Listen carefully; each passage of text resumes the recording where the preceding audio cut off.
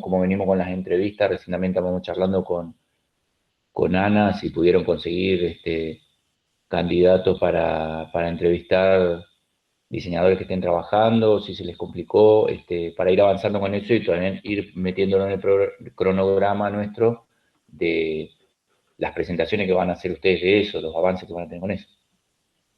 En nuestro caso sí, profe, ya hicimos la entrevista. Bien. Bueno, entonces cuando van subiendo y organizamos las presentaciones que pueden ser a partir de la clase que viene, ¿sí? Yo no vi si habían subido, porque como todavía no es el plazo de entrega, cuando lo armen lo suben.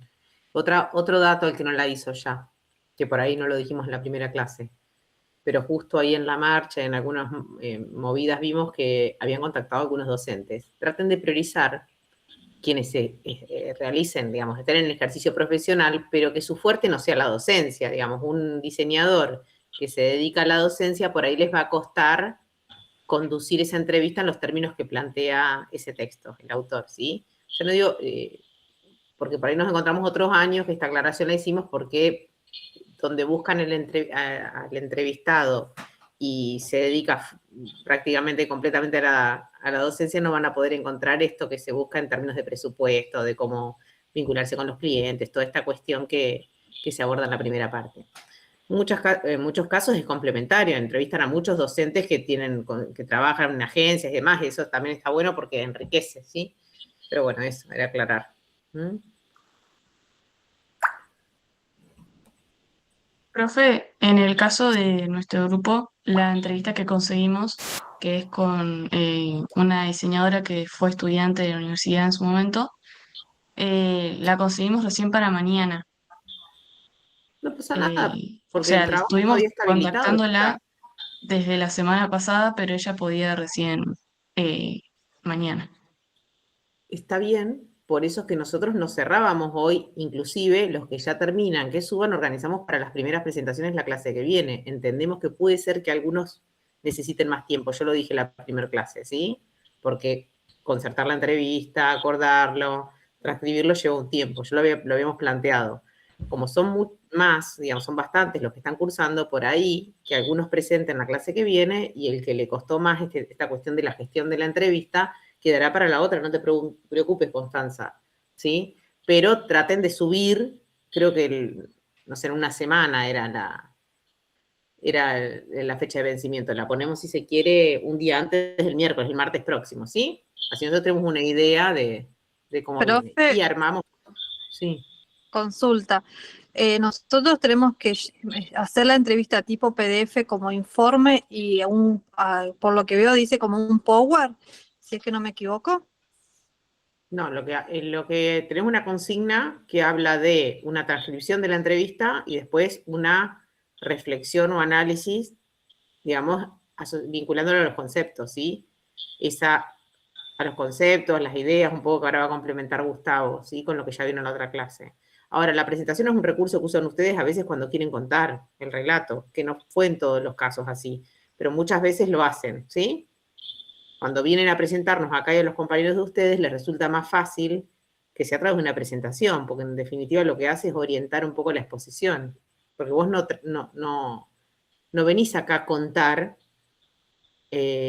la entrevista tal cual, ¿sí? A contarnos qué preguntas le hicieron y cuál fue la respuesta. Eso lo evaluamos nosotros en la presentación que hacen ustedes, ¿sí? ¿Se entiende? Entonces, cuando vos venís a exponer la experiencia, vos lo que haces es un relato que no está en ninguno de los archivos que te pedimos. Entonces, puede ser ese PowerPoint, ¿sí? ¿Quiénes son las entrevistadas? ¿Cuáles son tus trabajos? ¿Qué es lo que les llama la atención? Y lo van contando. Es el relato de ustedes. Sí, si es acompañado de una presentación, se facilita. ¿Se entendió? Sí, profe, sí, lo entendí. Y en general es más fluido, digamos, que sea así, que ustedes tengan una presentación. Pero no es ni la entrevista textual, ni es el texto. Por ahí yo ya leo, o Gustavo, alguno de los dos leímos ese texto, ese análisis que hicieron, y les preguntamos en función de eso que hicieron. Eso es lo ideal, para que lo presenten en tiempo y forma. Pero ustedes Además, por ahí la presentación te da la herramienta visual, que en el texto puede estar, pero bueno, es otro formato.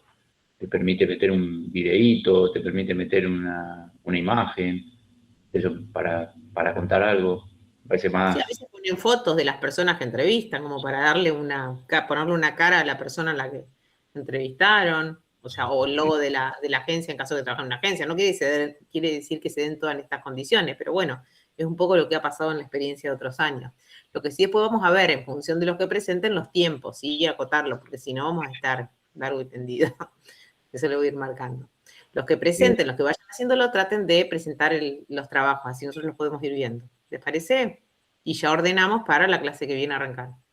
Está habilitado el espacio, creo que hasta el 31. Hay tiempo. ¿Alguna duda o consulta más de esto? Yo tenía dudas sobre qué capítulos teníamos que leer de las biografías, porque están ahí en el campus, pero está completo, digamos, el libro. No sé qué capítulo sería. El programa está detallado, los capítulos que forman parte de lo que se evalúa en la materia. Yo no sé si lo pudiste ver en el programa. No me acuerdo ahora de memoria exactamente las páginas, pero sé que usualmente la presentación está el detalle. De cualquier manera, te puede servir como orientación el texto. O sea, lo que puedas leer si es tipo manual, no es que es un texto denso. Entonces vos podés ver ahí, puntualizar qué es lo que te sirve, qué recurso usar. Pero fíjate en la bibliografía, en el programa.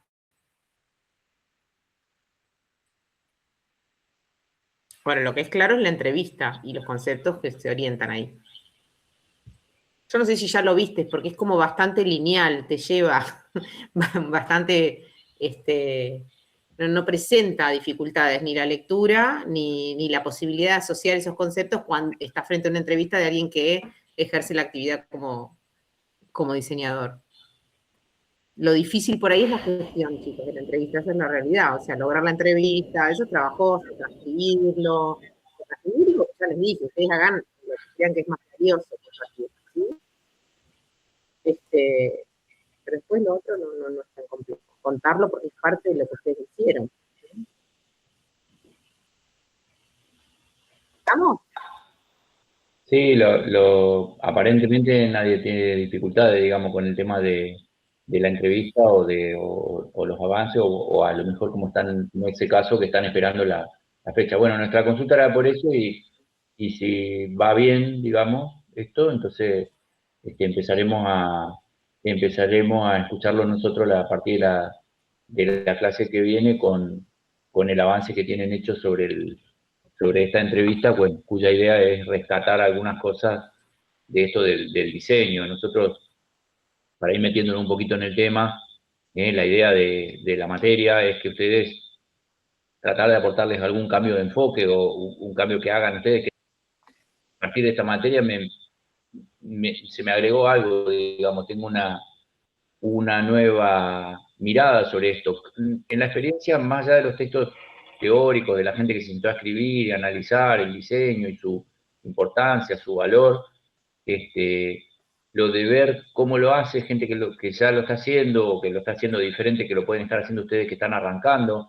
Entonces fue una buena experiencia, una buena referencia para decir, bueno, que se puede hacer por acá, porque lo que hemos ido descubriendo, que nos sorprendió, en años anteriores por ahí apareció gente de otras provincias, de lugares lejanos, la diversidad que hay, y eso es muy interesante, porque si no me quedo con la idea de que, bueno, tengo que hacer un estudio de diseño. No es una opción, digamos, el estudio, pero no es la única opción.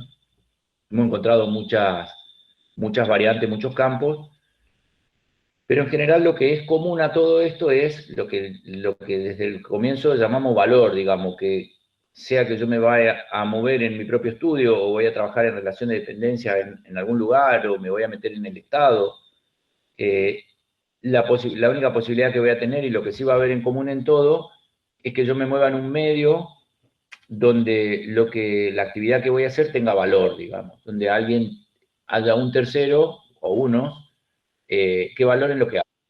Y eso además, no solo, digamos, se trata de que lo valoren de antemano, sino de estar yo convencida de que tengo que encontrarle, a ver a dónde va a funcionar y cómo voy a construir esto. Porque el diseño es una actividad, y por eso digamos, toda esta rama de la gestión profesional, que requiere de explicar, que requiere de valorizar. No pasa con la medicina. Al principio sí pasaba, digamos, que el médico competía con el curandero cuando se convirtió en un campo de la ciencia, ¿eh? Que competía con el gurú, digamos, que pensaba que sabía, que, digamos, un conocimiento de tipo mágico contra el conocimiento científico. El diseño todavía está en la etapa donde compite con el gurú, digamos, todavía estamos en ese momento de la historia. Ustedes dirán, pero ya existe hace 50 años la, la primera carrera de diseño en Argentina. Sí, sí, pero 50 años para la historia relativamente es poco.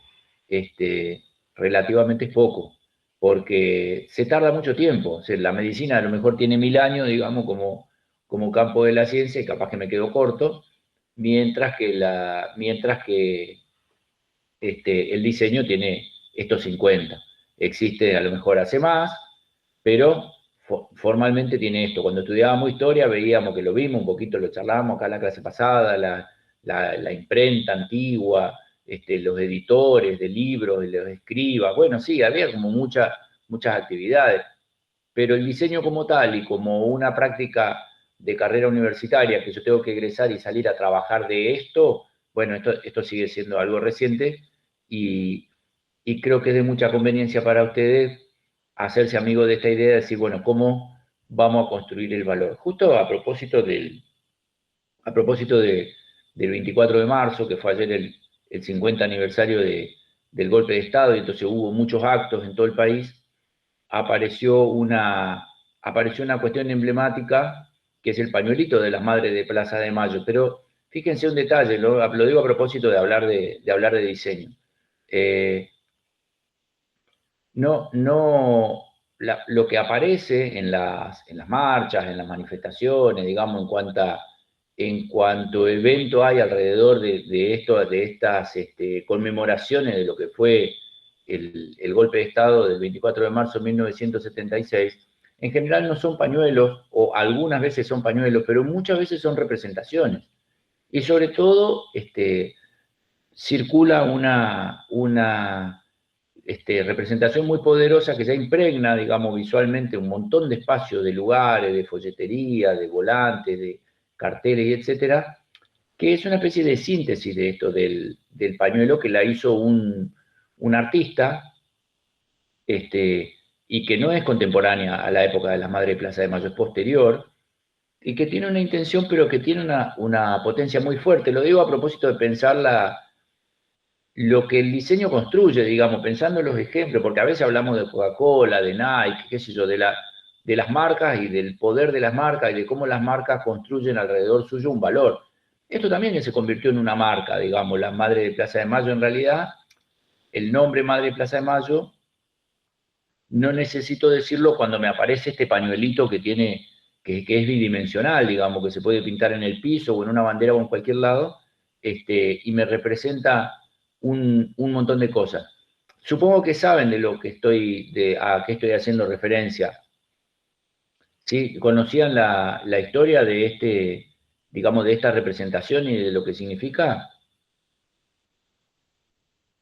Sí, Sí, profe.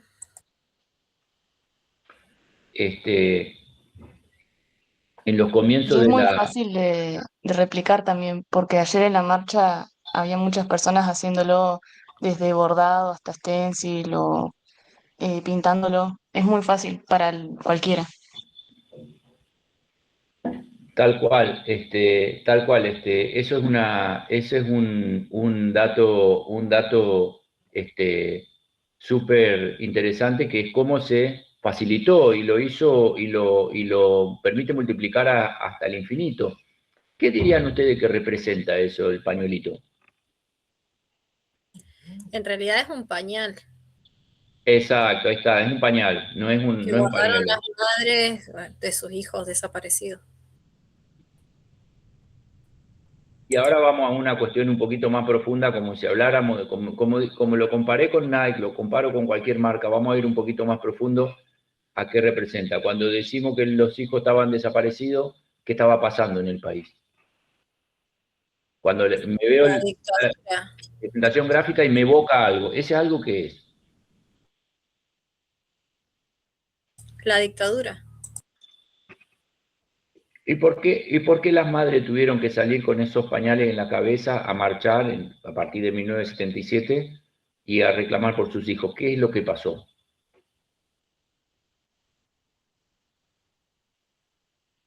Los militares y paramilitares ingresaban en las casas, se llevaban sus hijos y no les decían qué había pasado con ellos, no les entregaban sus cuerpos y no recibían explicaciones de ningún tipo. Y el color, en realidad llegaron a la idea esto de que el pañuelito fuera blanco porque era un color que se distingue de lejos, digamos. Y bueno, después dijeron el pañal de nuestros hijos, que seguro todos tenían uno guardado. Fue más o menos así. Fíjense todo lo que empezamos a traer cuando nos movemos alrededor de una imagen y todo lo que hay detrás de esa imagen. Y detrás de eso hay una historia que es el terrorismo de Estado, que es la decisión que toma el gobierno militar, la primera vez, digamos, que un gobierno militar en Argentina había habido varios golpes de Estado, en 1930, en 1966, en 1955, en el 1964. Habían habido muchos golpes militares. Pero este es el primero que toma una decisión política que es, en vez de juzgar a las personas que habían cometido un delito, llámese, no sé, poner una bomba no sé dónde, los desaparecían. Y entonces esa acción política, digamos, esa decisión que toma el Estado, por la cual luego existe una cantidad de juicios que terminan con mucha gente condenada a cadenas perpetuas, todavía hay juicios, digamos, porque es una historia muy, digamos, con muchos detalles y cosas y una profundidad muy grande. Esa decisión que toma el Estado queda, digamos, aparece ante nuestros ojos, que yo soy contemporáneo, pero debo ser el único de los que estamos acá que soy contemporáneo de aquella época, pero la mayoría de ustedes que son más jóvenes y ven aquello, cuando ven la representación de eso que llamamos los pañuelos de las madres, pero que Dana dice con toda razón, no son pañuelos, son pañales, porque eso tenía un tamaño más grande y era lo que se habían puesto en la cabeza para reconocerse entre sí estas madres, reclamaban por los hijos porque el Estado había tomado esta decisión, digamos, los que gobernaban en aquel momento tomaron esa decisión, es decir, no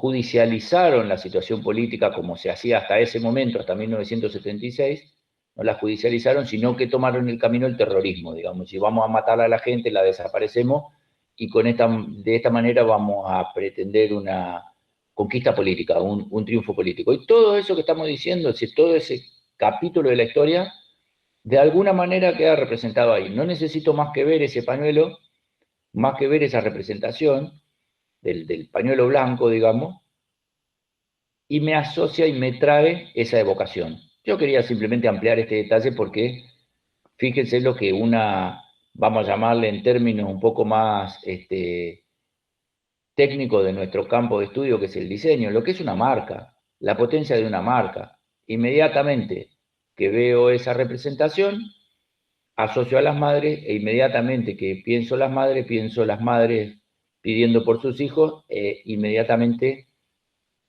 asocio con la ilegalidad del acto de la desaparición, es decir, la idea de decir, bueno, no, pero los hijos no fueron a ser juzgados, digamos, sino simplemente desaparecidos, que podían aparecer y en la mayoría de los casos no. Nada, quería hacer esta evocación porque digo, la dimensión que toma un diseño. Nosotros al meternos en este campo del diseño, esto es una enormidad, digamos, lo que eso representa en cuanto a simbolismo, como un elemento tan sintetizado, tan chiquito y tan conectado con una época y un momento y una secuencia que son las marchas de las madres alrededor del monumento que está en el centro de la Plaza de Mayo, la plaza principal, digamos, de la ciudad de Buenos Aires, frente a la Casa Rosada, al Banco Nación, al Cabildo, bueno, un centro político, histórico, digamos. Y bueno, nada, esta serie de episodios, de momentos de la historia y todo lo que trae. Nosotros, solo esto por una cuestión de aniversario y de señalar la potencia de una marca, la potencia de un diseño, lo que el diseño trae, lo que el diseño moviliza, lo que el diseño comunica. Nosotros dijimos desde la primera clase que tuvimos que el diseño del que hablamos es comunicación, que nosotros nos referimos al diseño como comunicación, que un diseñador es comunicador, que es alguien que piensa un mensaje. Bueno, evidentemente la persona, el artista, que pensó que era un pintor, digamos, que hizo esta pequeña síntesis, quiso facilitar, como decía Dana, hacer más fácil la evocación, la representación y traer esto a la memoria. ¿Cuántas cosas trae, digamos, la representación, la marca, y detrás de eso todo lo que viene, digamos, el capítulo de la historia de lo que viene? Al punto que cuando vuelve la democracia en 1983 y al año siguiente comienzan los juicios a la junta militar y a todos los actores que habían participado en toda esa movida ilegal, y entonces en esos juicios se va documentando todo eso, y de la documentación de la primera tanda de juicios a la junta militar y a todos los responsables de la desaparición de personas y todos los delitos asociados, se hace un libro, y ese libro se llama Nunca Más. Y ese libro en su primera edición tiene en la tapa esa representación. Es más, es probable que a lo mejor tenga que ver con el diseño de esa tapa, tanto en detalle no sé de la historia, de si está relacionado con eso. Pero tengo el recuerdo de que ese libro tenía eso en la tapa, y entonces me parecía que entre el Nunca Más, que fue la frase del fiscal del día del cierre de la primera etapa de los juicios a la Junta, y esa iconografía, esa representación, bueno, hay una síntesis muy completa de lo que era aquel momento político de aquellos años del primer gobierno democrático que comunicaba esto. Entonces, en un eslogan, Nunca Más, y en una imagen, ese pañuelo blanco, quedaba sintetizada una intención política de que el país no volviera nunca a un periodo tan oscuro donde desde el gobierno y desde el Estado se manejara con completa ilegalidad, digamos, que si alguien cometía un delito, sea cual fuere, tuviera la oportunidad de ser juzgado, digamos, no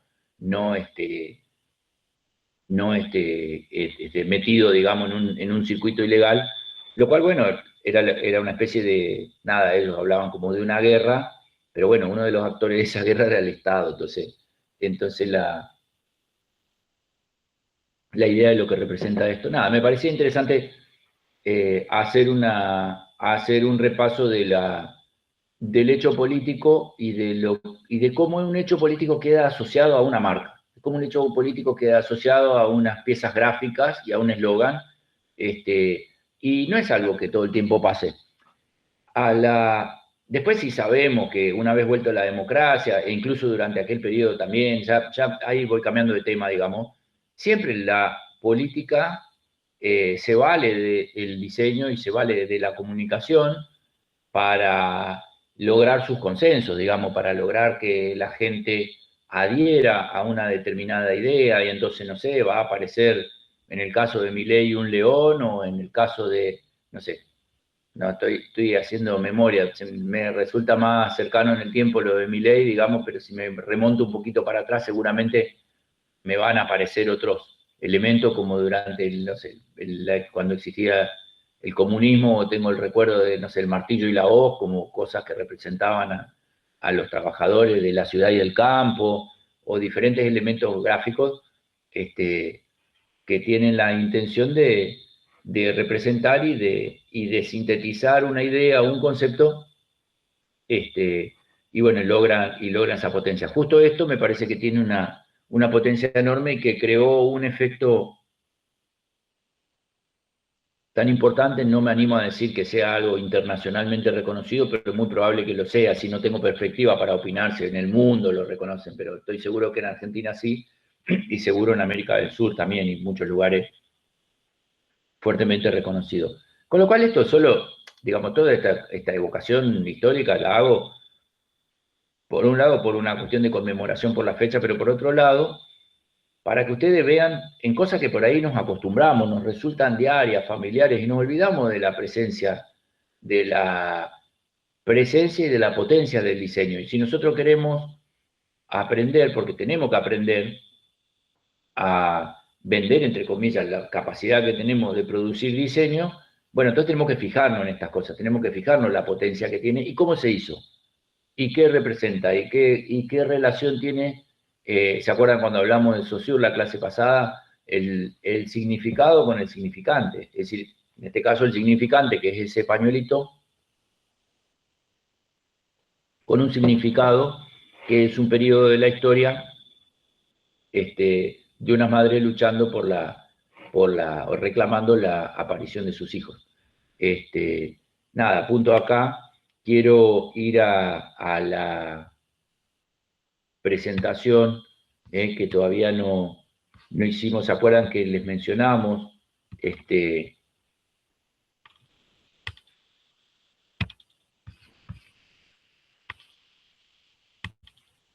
Bueno, si alguien tiene algún comentario, bienvenido sobre lo que les estoy comentando. Yo simplemente era un traer a la clase lo que me parecía que era una potencia, digamos, una potencia comunicacional, una capacidad de representar algo, un periodo de la historia, bueno, y que siempre vuelve y vuelve y vuelve, y bueno, justo fue ayer el 24,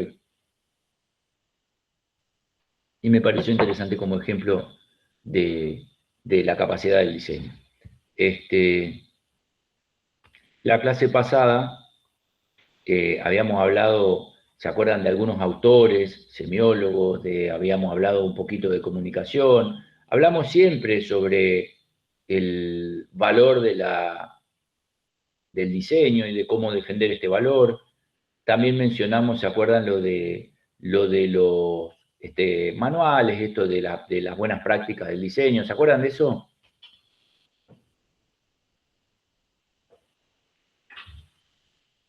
¿Se acuerdan que lo mencionamos? Sí, profe. Genial.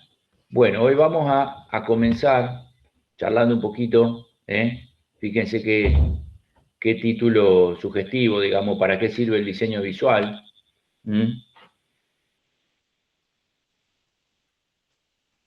Y me parece que es una pregunta muy importante para nosotros esta. ¿Ustedes qué piensan sobre esta pregunta?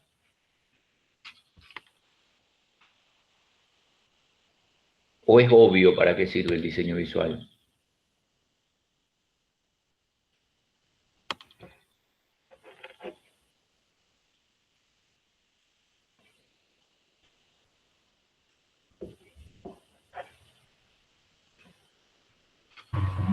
No, no creo que sea obvio. En las materias que tenemos este año estamos viendo diferentes formas en las que el diseño puede aportar, no solamente desde la comunicación, sino en resolver problemas que también involucren a la sociedad. ¿A qué le da más resolver problemas que también involucran a la sociedad? Eso fue lo que dijiste, porque se te escucha un poco bajito. Bueno, por ejemplo, ahora estamos investigando sobre Luis Beltrán y es amplio. A ver. Pero, Beltranense. Guarda acá. ¿Cómo? Yo soy beltranense, así que guarda acá. Están investigando. No, bueno, recién estamos empezando con la investigación. ¿Sobre el Luis Beltrán o sobre la localidad? Sobre la localidad Luis Beltrán. Y en el resto de las materias también, es como nosotros como diseñadores, ¿qué podemos aportar? Y el otro día surgió, por ejemplo, el ejemplo de las aplicaciones para solicitar turnos en el hospital. Cosas mínimas que podemos aportar nosotros para que sea más fácil para la sociedad vincularse en muchos aspectos, ¿no? Como salud, como educación. Bueno, eso suena ambicioso, lo de solucionar problemas. ¿Entendí bien lo que dijiste? Sí, es ambicioso. Pero no me parece mal porque está muy en línea con lo que pretendemos desde la materia, es decir, pretendemos justamente, yo no dije nunca solucionar problemas, bienvenido el concepto de solucionar problemas, bienvenido esa ambición, porque si queremos crear valor tenemos que tener un grado de ambición, tenemos que estar convencidos de que esto sirve para algo. Si a ese algo le vamos a llamar solucionar problemas, me parece una gran cosa. La línea nuestra es pensar que cuando nos acerquemos a nuestro cliente, y cuando digo cliente no me refiero al mundo de las empresas, sino me refiero a un sentido más amplio, como lo puede ser una localidad, no importa, y puede ser que los términos de intercambio no sean exclusivamente del dinero, pero lo que sí seguro tiene que pasar es esto, lo de la solución de problemas. ¿Alguien más? ¿De para qué sirve el diseño?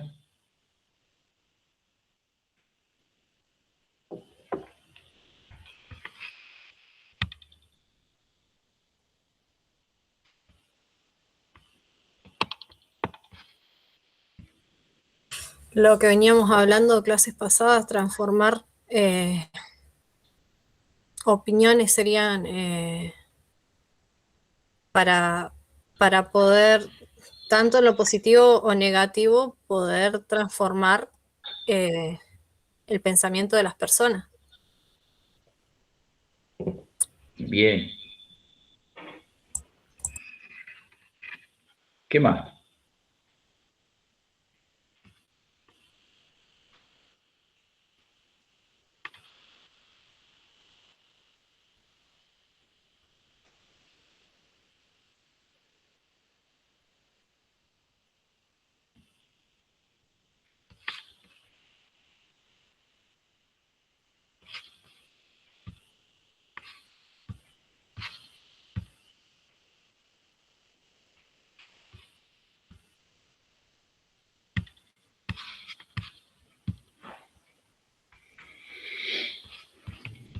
En línea con lo que decís, para que las comunicaciones puedan afectar al conocimiento, las actitudes o el comportamiento de la gente, deben ser detectables, discriminables, atractivas, comprensibles y convincentes.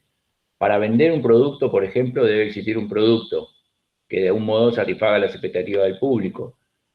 Cuando una campaña propone un cambio de actitud frente a una situación dada, debe existir un beneficio para el público que sea percibido por el público. Es decir, la gente tiene que querer dejar de tirar basura o tiene que querer empezar a separarla, la basura. Hace unos años, vamos a mirar una parte un poco graciosa de la cuestión de la comunicación visual. Hace unos años comenzó, como muchas cosas, digamos, me parece más tarde que temprano, en Roca la separación de residuos. Entonces, la primera iniciativa que toma la Municipalidad de Roca es colocar unos tachos de basura en diferentes puntos de la ciudad. Y esos tachos están separados, creo que vidrio, metal, papel y plástico, ¿no? Y entonces tengo que ir hasta el lugar a llevar, no hay un sistema de división en origen, digamos, si yo divido en mi casa, obviamente separo el plástico del papel y qué sé yo, y luego me voy hasta el tacho. Y los tachos están identificados con colores, y esos colores, supongo, corríjanme ustedes, porque yo del tema no sé nada, que corresponden con un código que debe ser universal, o por lo menos argentino, de los colores para la separación de residuos. Quiero pensar que hay un código, no sé, algo así. No creo que sea algo. Sí, no, en realidad, si vos vas a dos puntos limpios diferentes, no coinciden casi siempre los colores. A veces usan el gris para el plástico, o no me acuerdo para qué, y a veces el amarillo.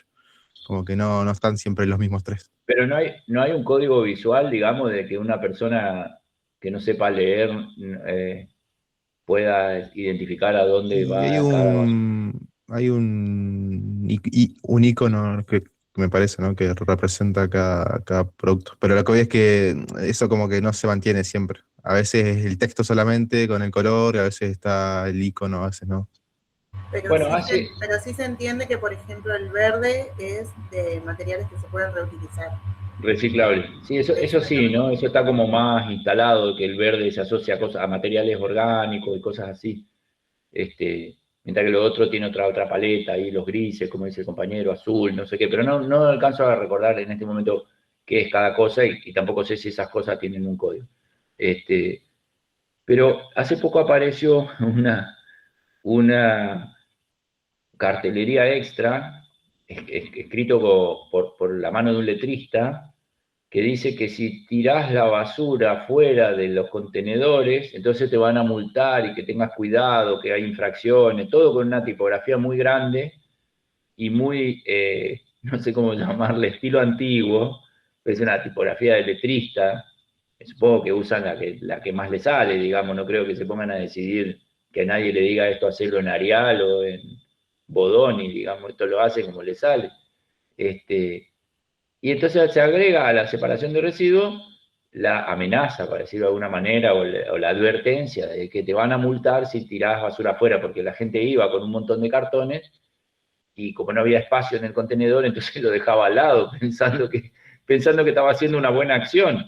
Pero resulta que la buena acción era una mala acción, y entonces el municipio comenzó a comunicar esto, digamos, a la comunicación con la intención de ordenar esto. Entonces esta idea de modificar la conducta, bueno, tiene este tono, digamos, de que bueno, ahora vamos a separar la basura, pero también un poco te amenazo de que si no lo haces como tenemos que hacerlo, entonces te vamos a multar, digamos, vas a tener que pagar por no haberlo hecho bien. Una curiosidad, digamos, de la comunicación con respecto a las conductas. Lo cual a la vez me parece a mí, estoy haciendo un análisis, digamos, del sentido común. Puede ser contraproducente la advertencia, porque puede decir la gente, che, si me van a multar porque no pude meter la caja en el contenedor, entonces, ¿sabes qué? No llevo nada de la basura a la división, porque a lo mejor me terminan cobrando, me están filmando con una cámara mientras trato de meter la caja de cartón dentro del contenedor. Es decir, la comunicación tiene que tener toda una intención, una coherencia, un tono, un poco de lo que dice el autor, dice, deben ser detectables, discriminables, atractivas, comprensibles, convincentes, y yo creo que amables también en el caso de intentar convencer gente para que haga algo nuevo que antes no hacía, como dividir la basura, que parece ser que tiene digamos, un efecto muy trascendente en la evolución de nuestro planeta. Es decir, si todos tuviéramos conductas sanas con respecto a los residuos, bueno, nos iría mucho mejor desde el punto de vista del daño ambiental. El diseño de comunicación visual se ocupa de la construcción de mensajes con el propósito de afectar al conocimiento, las actitudes y el comportamiento. Una comunicación llega a existir porque alguien quiere transformar una realidad existente en una realidad deseada. El diseñador es responsable por el desarrollo de una estrategia comunicacional, por la creación de los elementos visuales para implementarla y por contribuir a la identificación y a la creación de otras acciones de apoyo destinadas a alcanzar los objetivos propuestos, es decir, la creación de esa realidad deseada. Volvemos a la idea esta. A mí siempre me gusta pensar, cuando hablamos de esto, que ustedes que están del otro lado, hoy medio callados, no sé si los aburrí mucho con lo del 24 de marzo, pero los veo que están un poco más callados que de costumbre,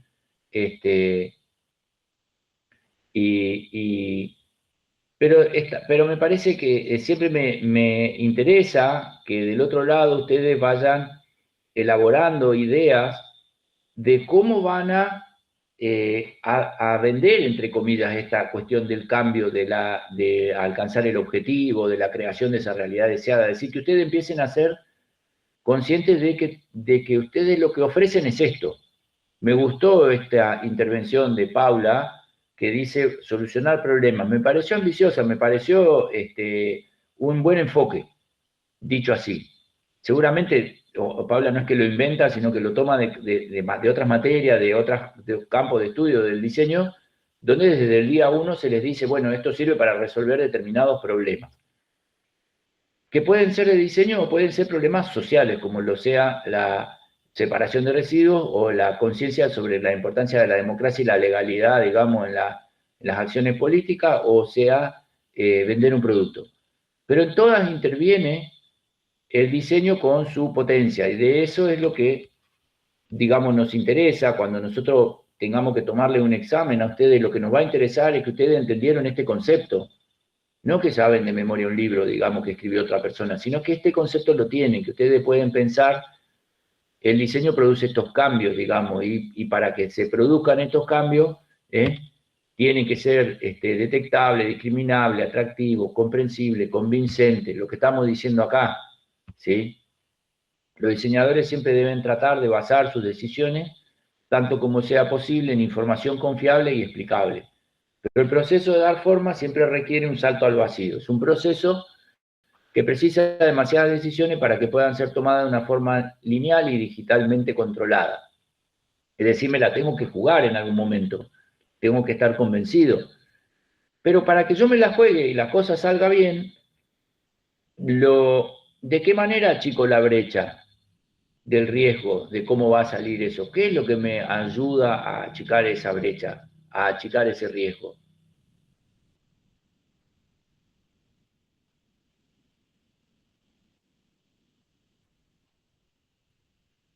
¿Cómo hago para achicar la brecha entre lo que quiero producir en términos de diseño y lo que finalmente hago, digamos, lo que dice acá el autor, el salto al vacío? ¿Cómo se achica esa brecha? ¿Qué se imaginan ustedes?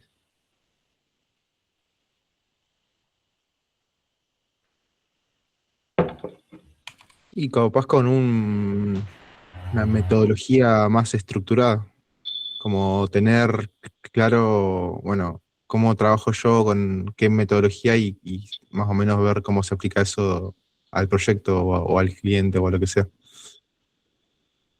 Bien, ¿y de dónde la saco? Y un poco de la experiencia. Y otro Capaz, si punto, trabajo solo es una cosa, si trabajo con más gente es otra forma, se hace como una especie de delegación, capaz, ¿no? Y va como, yo supongo que de la experiencia se va como formando esa metodología, no es que es solamente una forma fija y va a ser siempre así, va a ir cambiando, va a ir mutando y obviamente siempre cada cliente es distinto, cada cliente o cada empresa o sociedad o organismo gubernamental con el que trabaje va a tener una necesidad que otro cliente no. bien, está bien lo que decís, está indiscutible la lógica, pero hay un detalle. El estudio es lo que me va a también ayudar a achicar esa brecha, ¿sí? El salto al vacío va a ser un poco menos al vacío en la medida que yo estudio la carrera de diseño. Tengo que acordarme de eso, no estoy en contra de tu idea sobre la experiencia, Pedro. Al contrario, está muy bien lo que estás diciendo. Pero esa experiencia está apoyada en otras experiencias, que son las de quienes escribieron los libros, de quienes me dieron clase. ¿Se entiende lo que digo? Sí, sí, obvio. Yo, perdón, no sé si capaz no se debe entender, pero en parte me refería a eso también, a la experiencia que uno adquiere leyendo, interiorizándose, Sí, no, investigando, no está escuchando. mal, aunque lo que dijeras es otra cosa, tampoco está mal. Está bien, También, está bien. también tenés razón, no es una cosa excluyente de la otra. Lo que pasa es que mi trabajo es convencerlos a ustedes de esto, de la importancia de la universidad, digamos. Entonces, como yo trabajo de esto, vos haces tu trabajo que yo hago el mío, decía cuando trabajábamos en periodismo, digamos. Yo soy una especie de evangelista de este tema, digamos. Yo lo tengo que convencer a ustedes y ustedes tienen que salir de acá convencidos. Yo quiero que salgan convencidos de acá, del valor del diseño y de lo que aprenden en la universidad, para que lo puedan vender. ¿Se entiende, Pedro, lo que digo? Ahí es donde por ahí donde marco esto. No estoy invalidando la experiencia, es totalmente cierto lo que decís. No, obvio. Está muy bien lo que decís. Pero mi trabajo es convencerte de esto, digamos, decirte, che, no te olvides que también está este conocimiento sistematizado. Y entonces en la materia lo tenemos que volver, digamos, la cuestión del valor y lo que vimos en las otras materias. No es que digo, no, en esta materia aprendimos a vender diseño, no, porque el profesor me convenció. No, no, no. Esto es toda la carrera, esto es todos los talleres, son todas las cosas. Ahora lo que hacemos acá es recoger todo lo otro en cuarto año y decir, che, bueno, a ver, ¿cómo es esto? Por eso me gustó lo que dijo Paula, esto de resolver el problema, vamos a tomarlo, lo agregamos acá imaginariamente al PowerPoint, está buenísimo, viene de allá de la otra materia donde también les hablaron de estas cuestiones, pero yo les insisto con esta idea. Del punto de vista metodológico, la dificultad de la tarea del diseñador reside en el hecho de que un cuerpo genérico de conocimiento debe ser aplicado a situaciones específicas de experiencia humana. Acá juega lo que decís vos, Pedro, la experiencia. Pienso que la buena planificación en arquitectura, por ejemplo, es tanto una ciencia como un arte. Como ciencia analiza relaciones humanas, como arte coordina actividades humanas en síntesis culturales. Se mete un poquito con la idea de la planificación, es decir, prefigurar una cuestión futura. El acto de dar forma incluye al menos 4 áreas distintas de responsabilidad. Acá ya nos metemos en cositas un poco más específicas. La responsabilidad profesional, la responsabilidad ética, la responsabilidad social y la responsabilidad cultural. ¿Sí? La responsabilidad profesional es la del diseñador frente al cliente y al público de crear un mensaje, repito lo de hace 2 placas atrás, que sea detectable, discriminable, atractivo y convincente. La ética, la creación de mensajes que apoyen valores humanos básicos. No sé, la democracia dijimos al principio de la materia, después dijimos de separar los residuos, también dijimos de vender, ahora vamos a hablar un poquito de esa parte.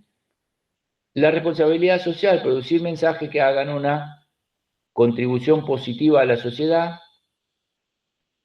y la creación de objetos visuales, la cultural, que contribuyan al desarrollo cultural más allá de los objetivos operativos del proyecto. Cuando yo, creo que lo dije en la clase pasada, cuando ustedes van a otra ciudad o ustedes se mueven por el mundo y entonces sus ojos ya un poco más entrenados que cuando eran unos niños que recién entraban a la carrera, y entonces van mirando la cartelería por los pueblitos y dicen, che, esto se podría hacer un poco mejor, qué lástima, gastaron 14 chapas galvanizadas para hacer esta porquería y no sé qué. Uno se pone crítico, se pone como juzgando lo que va mirando. ¿No les pasa a ustedes eso?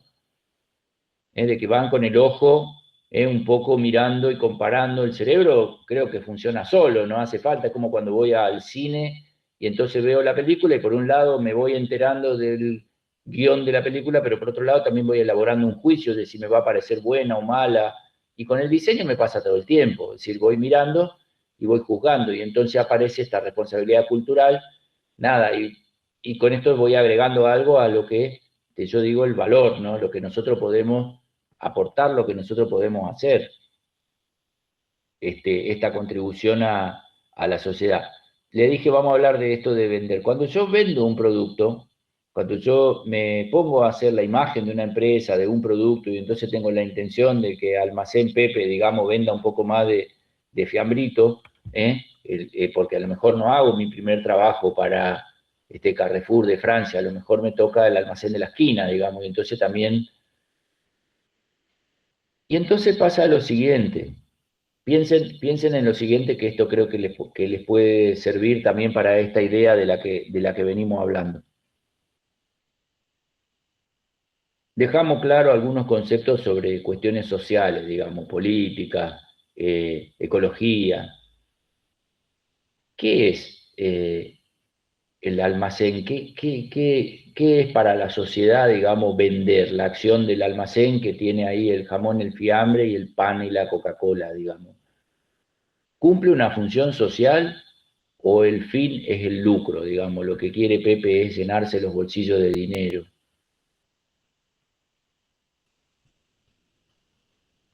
¿Qué piensan ustedes? Algunos otros, los que están allá callados, que ya por ahí están algunos durmiendo la siesta, no queremos molestarlos, ¿eh?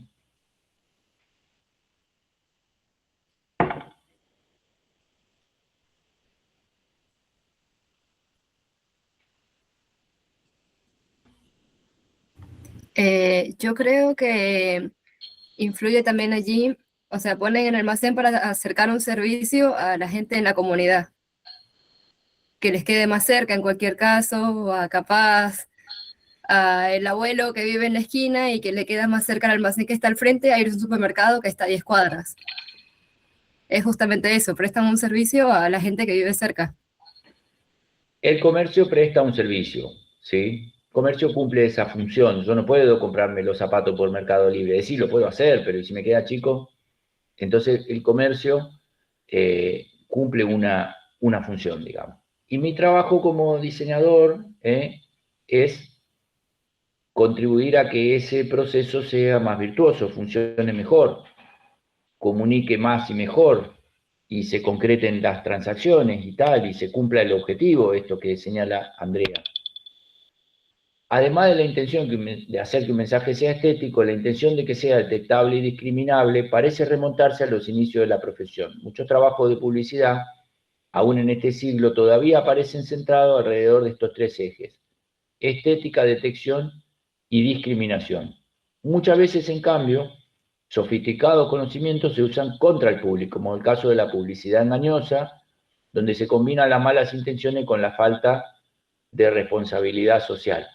Bueno, fíjense que en determinado momento de la historia reciente del país, desde una acción política, de una política de Estado, se impuso a los que elaboran el packaging de los alimentos que avisen a la gente qué excesos tenía cada producto. Es muy triste ver ahí el paquete de chocolina porque justo se convirtió en una especie de ícono de la cultura argentina, digamos, con la chocotorta, que es una... No sé si ustedes saben la historia de la chocotorta. Sí, puede ser que era una mamá que para el cumpleaños de su hijo, creo que fue por los 80 o los 70 por ahí, como no tenía algunos ingredientes para hacer una torta y tenía las galletitas, le hizo una torta de galletitas. Sí, hay un detalle en esa historia, digamos. Eso surge desde adentro de la empresa. Eso no es una anécdota inocente, digamos, la historia. Es una anécdota del marketing. Es decir, le encargan a alguien, a una persona que cocinaba, que haga un producto para vender las galletitas. Y de ahí surge la cuestión, digamos, no es Claro, un hecho espontáneo, es una acción de marketing. Y la acción de marketing anda espectacular, digamos, que es cómo reutilizar, cómo utilizar un producto que ya está en el mercado para producir otro, como no sé, en el caso de la chocotorta, y entonces genero o provoco un efecto de demanda del producto, porque si a partir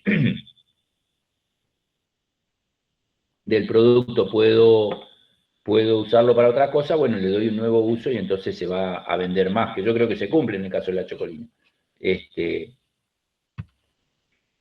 La palabra atractivo se usa aquí en lugar de bello o hermoso porque presenta más claramente un componente subjetivo, implica directamente la pregunta, ¿atractivo para quién? Mientras que durante mucho tiempo, diseñadores y clientes han tratado de crear mensajes atractivos, la concepción de atractivo ha estado basado por lo general en tres clases de paradigmas: las preferencias estéticas del cliente, las del diseñador o aquellas consideradas de moda. Rara vez se ha prestado atención a las del público específico al cual se dirigían.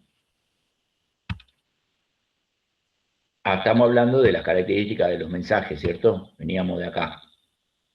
Detectable, discriminable, decimos, y entonces empezamos a caracterizar el mensaje. La palabra atractivo, estético o funcional. Muchas veces la gente se pregunta si un diseñador gráfico debe ocuparse más de lo estético o más de la funcional.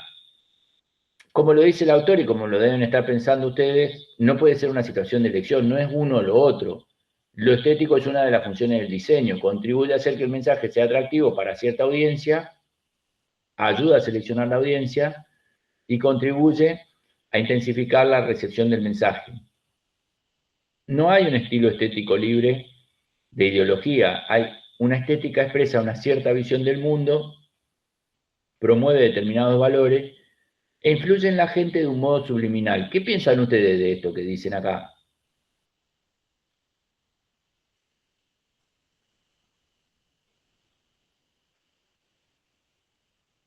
¿Es y que así, digamos? ¿Es es lo verdad? ¿Qué que piensan? hablábamos la otra vez de que era medio, lo ideal sería que ningún diseño, o sea, que todos los diseños expresen una ideología o un mensaje.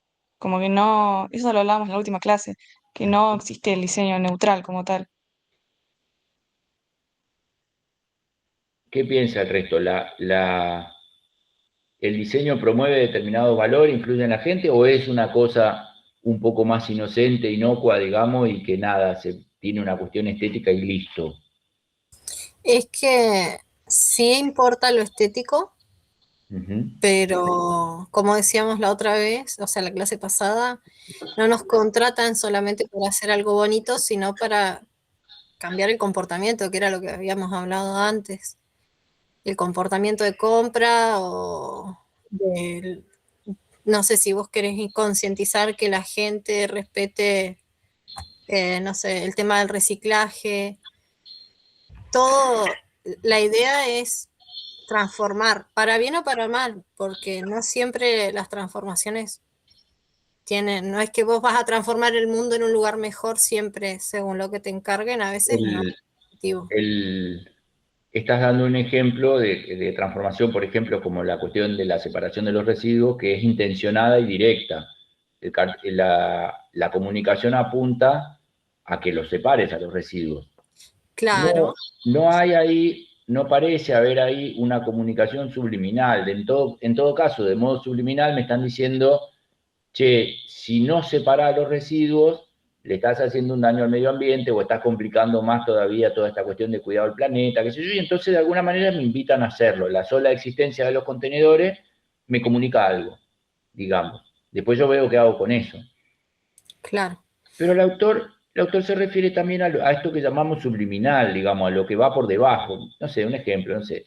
De cuando veo ahí esta publicidad de Nike que dice todo parte por tus zapatillas, pero hay una cuestión de actitud en este chico, chica, no sé, que está saltando, bailando. Es decir, hay algo más en esa persona joven con esa actitud que no es solamente la zapatilla, digamos, no me están vendiendo una zapatilla, me están comunicando sobre una forma de vivir, ¿o no?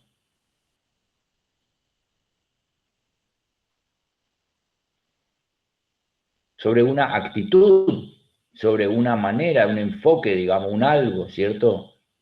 No es el producto solo, como abajo que sí lo tengo el producto solo, pero a la vez en unos paneles que están divididos, digamos, no sé si se alcanza a ver algo.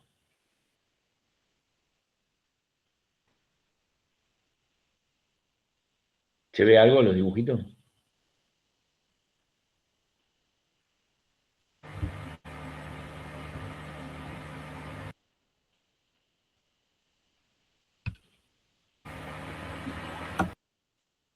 El diseño gráfico le debe al público la creación de mensajes comprensibles.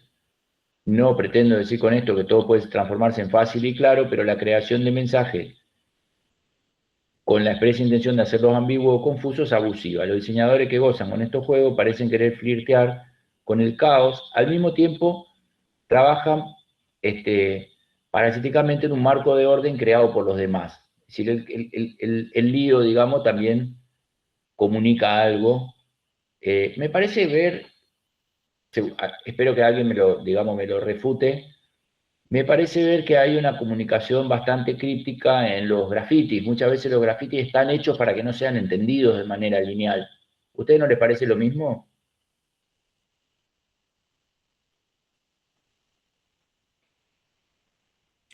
Sí, es como más abstracto. Sí, o como si hubiera un código. Me da la impresión de que hay algo de código, pero no lo logro entender del todo. A Claro. veces, ¿eh? Es como que no sé si está hecho para que no se entienda, sino para que lo entiendan unos pocos, que son los que están en ese canal. Hay algo así, ¿no? ¿Alguien acá hace graffiti? No, ya no. Es muy caro. Tuvimos grandes alumnos grafiteros acá. Muchos de los más importantes grafiteros de Roca pasaron por la carrera de diseño visual. Pero como no sé si la actividad del todo legal, no les voy a decir los nombres. Pero la verdad que tipos que hacían unos dibujos bárbaros. Y cuando yo daba historia como materia presencial, a veces habían algunos haciendo dibujitos en unas hojas que eran espectaculares, que después eran los grafitis que estaban en la calle. No sé si en esta camada hay grafiteros acá en este curso. Pero hay una relación entre el grafiti y el diseño. Pero bueno, lo que veo es eso. También convengamos que es una comunicación con una intención mucho más críptica, que comunica, como decís vos, a lo mejor a un grupo, no es comunicación del todo masiva, o por lo menos no pretende nada, más que modificar una conducta, diría que el graffiti es... ¿eh? Está silenciada. Que va más por la rama del arte, me parece. Sí, y es una conducta en sí mismo el graffiti. No pretende tanto una conducta, sino que el graffiti ya es una conducta. Y también tiene esa cosa del arte que puede ser un poco más críptica, más cerrada, digamos, no necesariamente me tiene que decir un mensaje como el cartel de la fiambrería, digamos, no es lo mismo. Toda comunicación tiene un componente persuasivo metacomunicacional, algo que convence al observador de que el mensaje vale la pena y es confiable. Todo mensaje crea su propio contexto o se inserta en un contexto que le confiere credibilidad. La credibilidad de un mensaje es afectada por la relación entre los valores culturales de la audiencia y los que ésta perciba en el mensaje y en el medio que aparece. Acá está un poco chiste, digamos, de la cuestión de la persuasión, ¿eh? En la vereda de enfrente me parece que está el ejemplo que damos del graffiti, simplemente habla de cómo otra manera de usar las paredes y la pintura, ¿eh?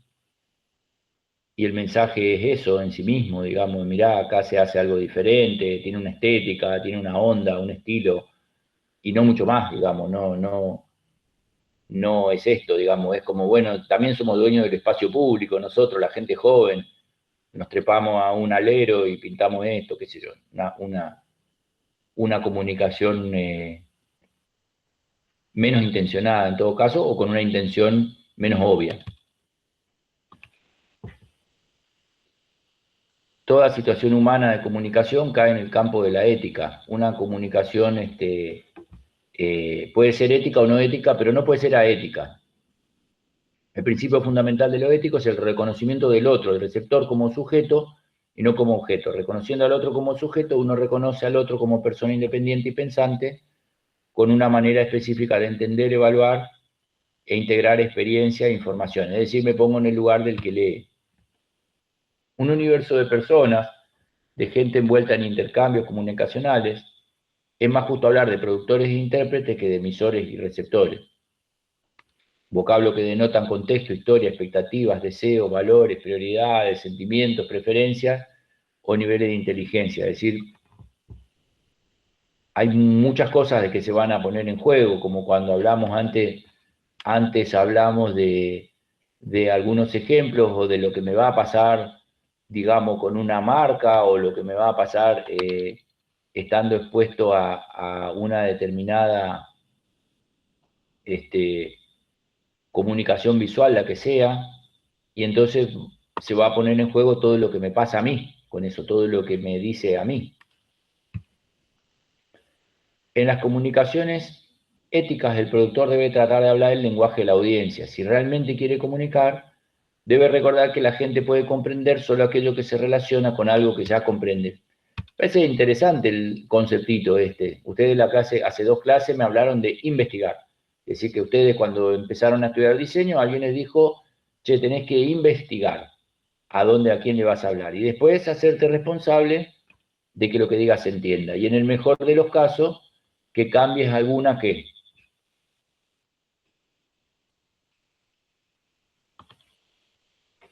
Si nos va bien con el diseño, que cambie alguna que.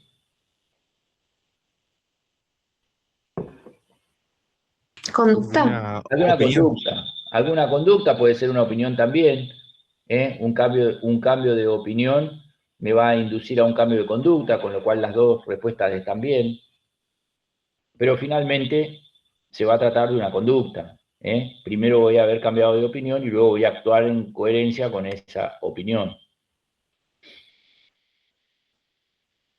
Si no se usa el lenguaje de la audiencia en términos de su estilo como experiencia, no es posible comunicarse. Por eso la manera ideal de comunicación humana es el diálogo, donde la interacción permite intercambios y ajustes y la construcción y expansión de un terreno común. El diseño en gran medida está movido por el mercado y existe el peligro de que la economía de mercado destruya el hábitat humano. Es decir, este proceso no se detendrá si la industria del diseño continúa siendo actividad exclusivamente reactiva movida por el mercado. Los diseñadores deben reconocer las situaciones sociales en que trabajan y a las que contribuyen y tomar posiciones conscientes para definir el futuro de la profesión. Si yo me dedico solo a la publicidad, estoy promoviendo el consumo. Si me dedico al consumo, entonces el consumo va a generar mucho descartable. Hace poco vi, por ejemplo, en un envase que llegó a mi casa de dulce de leche La Serenísima, que el envase trae un packaging que permite separar el papel del plástico, para que cuando yo lo separe para el reciclado, no vaya todo junto, el recipiente del dulce de leche con el papel de envoltorio, digamos, con el packaging que tiene todo el texto. Entonces tiene una especie de troquelado para poder cortarlo. No, me pareció digamos, estas pequeñas revoluciones que se pueden hacer desde el diseño, en ese caso combinación de diseño visual con industrial, y entonces da un resultado. Me pareció una intervención, digamos, feliz de alguien del área de diseño que tiene una responsabilidad social. No es posible continuar entendiendo al diseño como una actividad que comienza con la llamada del cliente y termina con la producción gráfica, sino que me tengo que ir extender este campo en los dos extremos de este proceso. Hay que evaluar la definición del problema de diseño, como dijo más temprano la compañera, y al final se debe evaluar el trabajo para asegurarse que el objetivo operativo del diseño se haya alcanzado y en qué medida lo fue. Y entre los diseñadores existe la tendencia a esconderse detrás de las nociones de belleza y claridad y a sentirse satisfechos si el cliente se siente satisfecho. Bueno, me parece que está interesante esta reflexión, digamos, de si, bueno, no nos alcanza el cliente satisfecho. Necesitamos además ubicarnos en un contexto social, saber que estamos haciendo, digamos, que tenemos una responsabilidad social y ética, y a dónde estamos parados, qué es lo que estamos haciendo. Pero además me parece que cuanto más conciencia tengamos de estas cosas, más fácil va a ser que intervengamos en el negocio del diseño, porque entendemos más sobre el mundo en el que nos vamos a mover. Dejamos de ser la mano que diseña para otro y empezamos a ser una cabeza que tiene como extensión una mano, digamos, y entonces podemos alejarnos de la IA porque nosotros no nos pueden ingresar el prompt, digamos, la orden para que hagamos lo que tenemos que hacer, sino que ponemos nuestro propio punto de vista. Bueno, nada, son algunas reflexiones en base a lo que este autor, diseñador, les trae, y bueno, en sugerencia que se pongan a leerlo, le vamos a dejar el texto y le vamos a dejar también por ahí la presentación, y ustedes ponerse a leer como para ir avanzando sobre esto, porque generalmente sobre finales de abril solemos tener algún examen parcial, y generalmente sobre los finales de mayo otro, más o menos cómo funciona la dinámica de las cursadas, ¿sí? Así que bueno, estuvieron bastante calladitos hoy, creo que lo planché de entrada, digamos, con mis reflexiones, pero bueno, sigan avanzando con lo del práctico, con la entrevista, cualquier duda que tengan. Aprovecho para meter un mutado. ¿Cómo? Se me escucha medio mal porque los veo así intermitente ustedes. Aprovecho, la fecha de entrega figura el 31, que es la que yo les dije el martes, o sea, todos deberían subirlo el 31, fui y lo confirmé. Y el otro día expondrían, digamos, hay que ver cuando con las entregas, ahí nosotros organizamos con los que entregaron el trabajo, ¿sí? Yo los organizo ese día y lo publicamos. No dice que pedimos una presentación, la realidad es que en general traen una presentación y lo hace más dinámico, ¿sí? Estaba revisando eso. Eso quería aclarar, es el 31 y les quedan 5 días. Si alguno tiene alguna dificultad extraordinaria para concretar la entrevista, me escribe, ¿sí? Pero tratemos de hacerlo todo para llegar en igualdad de condiciones al 31 con la entrega.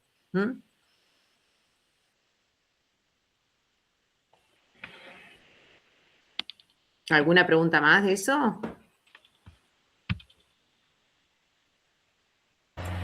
No, sobre el trabajo y la entrevista no. Pero después mando un aviso. Sí. ¿No hay problema con que sea alguien freelance? No. No, ¿por qué? Realmente es lo que se va a dar, en general se da, digamos. Claro, porque por ahí algunos compañeros que son freelance. Recuerden que es orientativa las preguntas. Vos construílas en función del perfil de la persona. Si por ahí las entrevistas sugeridas, que son las del texto, son semiestructuradas y van a preguntas muy convencionales, bueno, vos construí otras que tengan más que ver con la práctica del profesional que entrevistás, ¿sí? Por ahí lo importante, que no lo dijimos, que por lo menos viva parcialmente del ejercicio de la profesión. Y eso es importante, porque la idea es tener conocer un poco la experiencia de quién se dedica a esto. Y se dedica a esto porque lo utiliza como medio de vida también, ¿no? Porque el diseño es como hablaban hoy del arte, el graffiti, digamos, podría ser complejo encuadrarlo, ¿sí? Pero sí, perfectamente puede ser. Aparte estaría bueno conocer otra experiencia, alguna experiencia. Bueno, gracias. De nada. Bueno, si no hay preguntas, yo después mando un aviso, capaz mañana o pasado, para recordarles esto. Y ya sepan que arrancamos el mismo miércoles con la presentación. Les voy a poner, cuando presenten, los vamos a ordenar un poco con el tiempo, para que ustedes no sean muy extensas y sabemos cuántos tienen que exponer, ¿sí? Que es simplemente contar lo que hicieron, así que no necesitan ninguna preparación especial. Bueno, chicos, chicas, no sé, Gustavo, si querías agregar algo más, si no, cerramos acá. Perfecto, estamos bien. Bueno, nos encontramos entonces la clase que viene, a las 14 horas. Profe, gracias. Bueno, profe, Chao, gracias. Chao.